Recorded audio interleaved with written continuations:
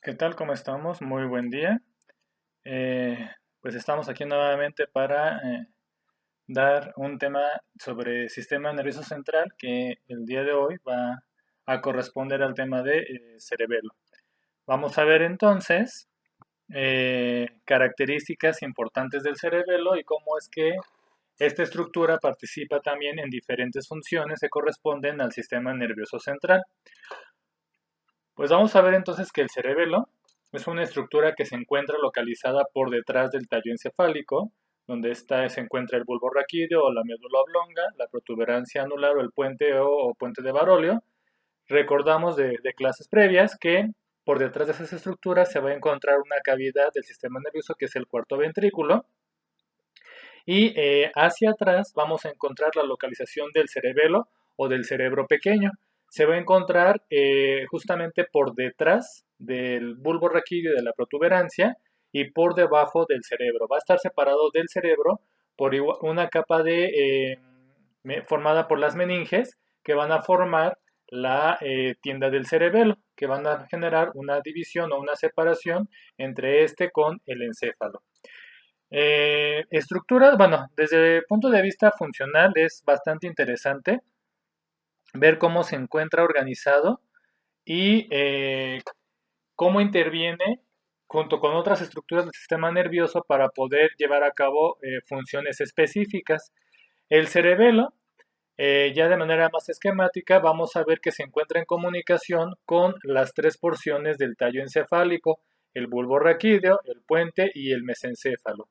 ¿Cómo lo va a hacer? A través de los pedúnculos cerebelosos. Tiene tres pares de pedúnculos cerebelosos, que son los inferiores que conectan al cerebelo con el bulbo raquídeo, los pedúnculos cerebelosos medios que lo conectan con el puente o la protuberancia y los superiores que lo conectan con el mesencéfalo.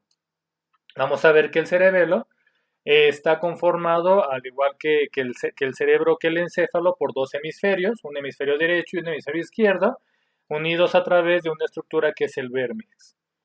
Bien, vamos a ver entonces cuáles son las características o la sistematización del cerebelo para poder entender sus funciones.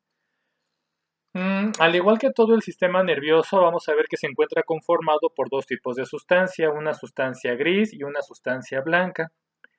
La sustancia gris va a formar lo que es la corteza cerebelosa en la periferia, sustancia gris en la periferia, y va también a organizarse en forma de núcleos que van a ser los núcleos cerebelosos, que son cuatro pares, que vamos a mencionar a continuación.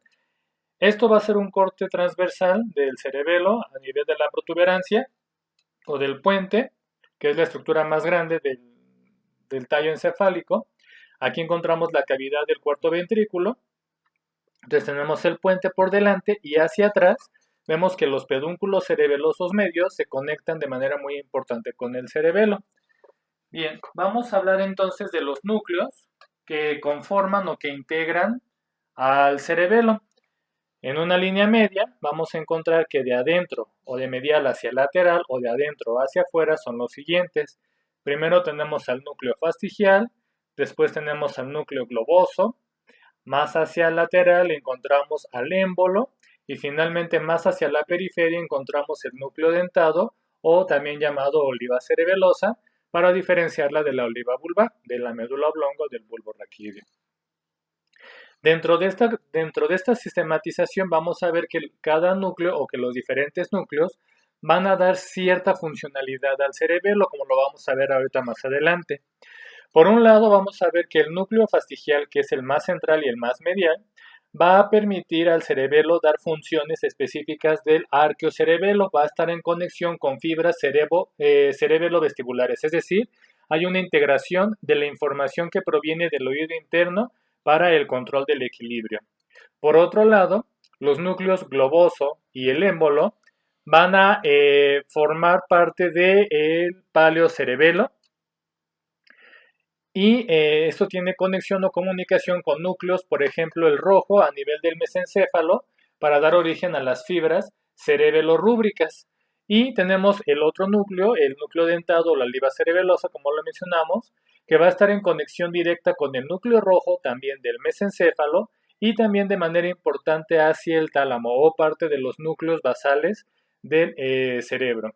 Por lo tanto, dentro de esta imagen podemos ver que existen podemos dividir al cerebelo en tres porciones, que son el arqueocerebelo o arquicerebelo, el paleocerebelo y el neocerebelo. El cerebelo es una estructura que nos permite identificar ese proceso evolutivo por el que hemos pasado y que ha sufrido ciertas adaptaciones para poder lograr pasar de un estado de 4 puntos a un estado de bipedestación y poder realizar cada una de nuestras funciones, sobre todo en el componente músculo-esquelético, justamente en posición de 2 pies o estar apoyado en nuestros 2 pies. Bien, ahora, en cuanto a la función que tiene el cerebelo, ya esto es en un corte, en una vista lateral o en un corte sagital, y aquí estamos observando justamente esa estructura del arqueocerebelo, del paleocerebelo y del neocerebelo. Entonces hablábamos sobre el núcleo fastigial como parte de los núcleos del cerebelo, y vamos a ver aquí entonces que el arqueocerebelo es la porción del cerebelo que se encarga de control del equilibrio, el arqui-equi. Tiene vías aferentes, vías que provienen directamente de los centros vestibulares. Hay una intervención directa del aparato vestibular, estamos hablando del oído interno, y tiene eferencias justamente hacia ese núcleo que es el núcleo fastigial o núcleo fastigi. Interviene de manera importante en mantener la estática o la posición corporal y por supuesto que también participa directamente en actividades como la marcha. Cuando se llega a lesionar esta porción del cerebelo o el arqueocerebelo, vamos a tener trastornos de la estática y la marcha, es decir, va a haber dificultades para poder mantener al cuerpo en una posición y por supuesto que también se va a encontrar dificultad para la marcha, como llega a pasar en algunas ocasiones en algunos eventos sociales, cuando algunas personas en estado etílico tienen dificultades ya para poder sentarse, para poder levantarse o incluso para poder caminar. Y lo que encontramos es un aumento de la base de sustentación, se abren más las piernas para poder mantener justamente ese equilibrio. Entonces el arqueocerebelo o arquicerebelo es responsable del equilibrio y esto es lo que puede condicionar la lesión justamente de esta porción del cerebelo. En la zona intermedia y de forma más prominente vamos a encontrar al paleocerebelo. Aquí está el paleocerebelo y la función principal del paleocerebelo va a ser mantener el tono muscular. Hablamos de sistema músculo-esquelético o músculo estriado esquelético.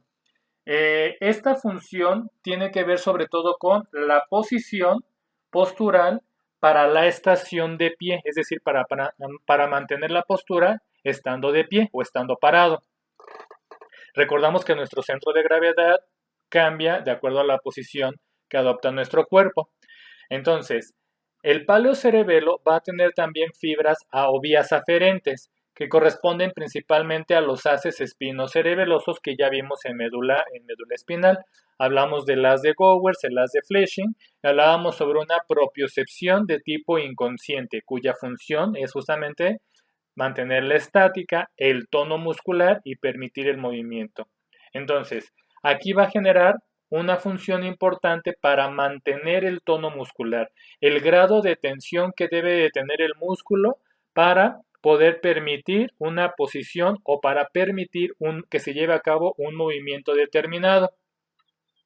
Las vías eferentes van a ser hacia el núcleo rojo, opuesto o contralateral, y tiene una influencia directa sobre el movimiento semivoluntario.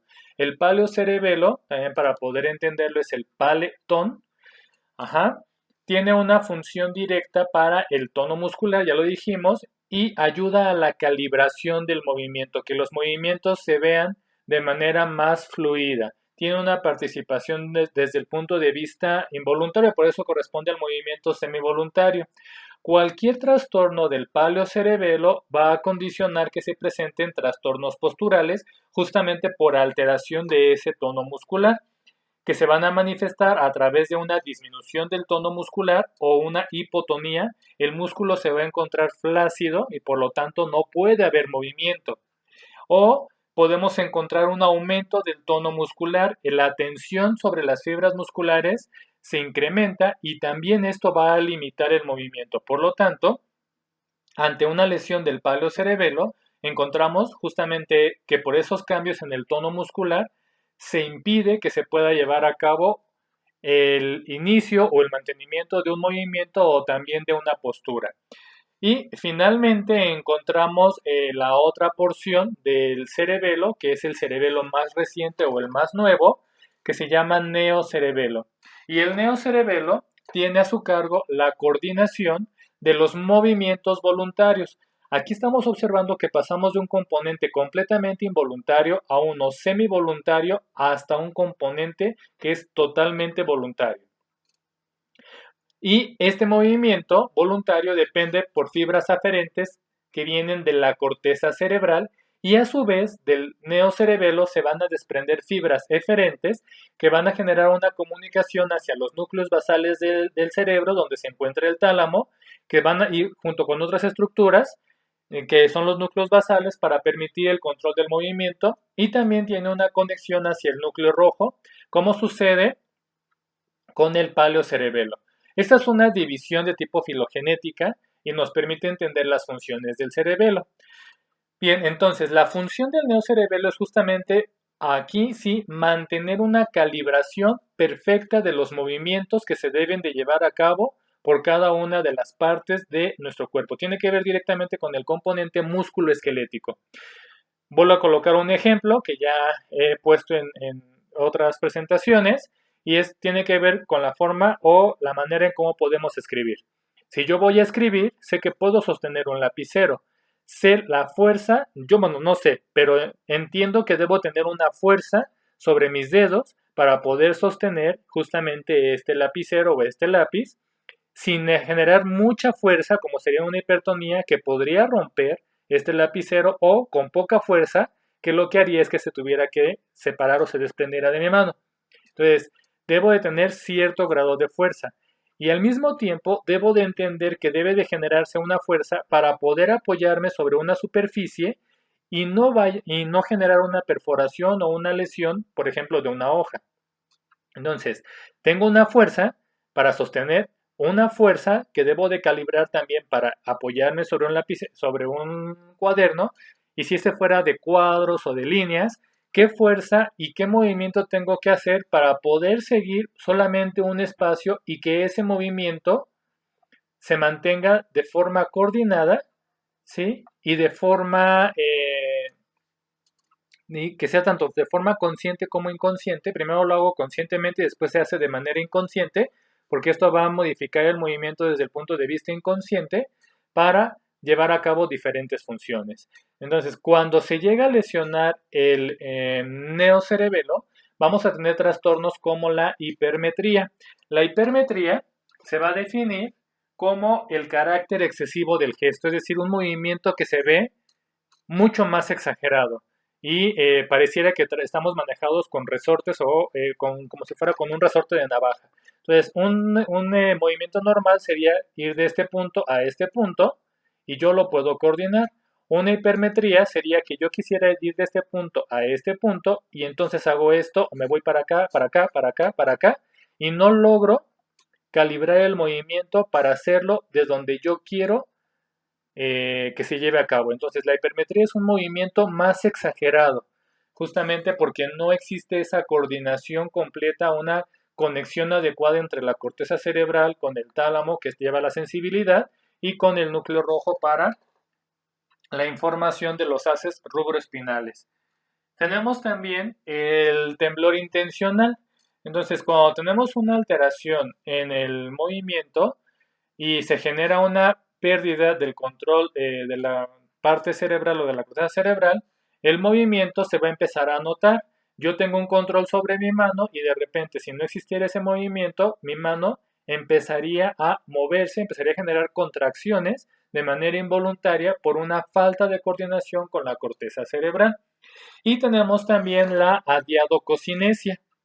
La adiadococinesia se va a definir como la imposibilidad para realizar movimientos de manera rápida y de forma alterna. La más común o la más característica es la prueba de, por ejemplo, con el dedo índice de la mano derecha tocar la punta de la nariz y después de ahí tocar el dedo gordo del pie izquierdo. Una persona que tenga coordinación o que tenga el neocerebelo intacto va a poder hacer ese movimiento, pasar de la punta de la nariz al dedo gordo del pie izquierdo. Una persona que tenga adiadococinesia va a querer tocar la punta de la nariz y después no va a poder localizar rápidamente el dedo gordo del pie izquierdo. Es un ejemplo. Entonces, esta capacidad de poder hacer movimientos de forma alterna, ¿sí? En diferentes zonas o de diferentes partes del cuerpo, es lo que se conoce como adiadococinesia y es una alteración del neocerebelo. Otro ejemplo sería pasar de la O, la O final del neocerebelo a la O última de la palabra trastornos. Entonces hago este movimiento, ¿sí? Y esto es un movimiento de diadococinesia. Si yo quisiera buscar la O y hago esto y no logro encontrar y de repente me dicen trastornos y empiezo a buscar y digo aquí está. Entonces esta falta de coordinación y de repente estoy buscando es la adiadococinesia y tiene que ver justamente con alteraciones del neocerebelo. El neocerebelo, o todo, de manera general, todo el cerebelo en sus diferentes estructuras, arqueocerebelo, paleocerebelo y neocerebelo, tiene una función muy importante sobre el componente músculo-esquelético. Por lo tanto, diferentes terapéuticas o actividades como el ejercicio saludable, el ejercicio terapéutico, la rehabilitación, dependen mucho de la función del cerebelo para poder permitir que se lleven a cabo justamente esos movimientos que van a buscar un efecto terapéutico sobre diferentes padecimientos en las personas. Esto es todo por el día de hoy. Es una clase extremadamente breve. Espero, como siempre, pues que les sea de utilidad. Muchísimas gracias y que tengan ustedes un excelente día.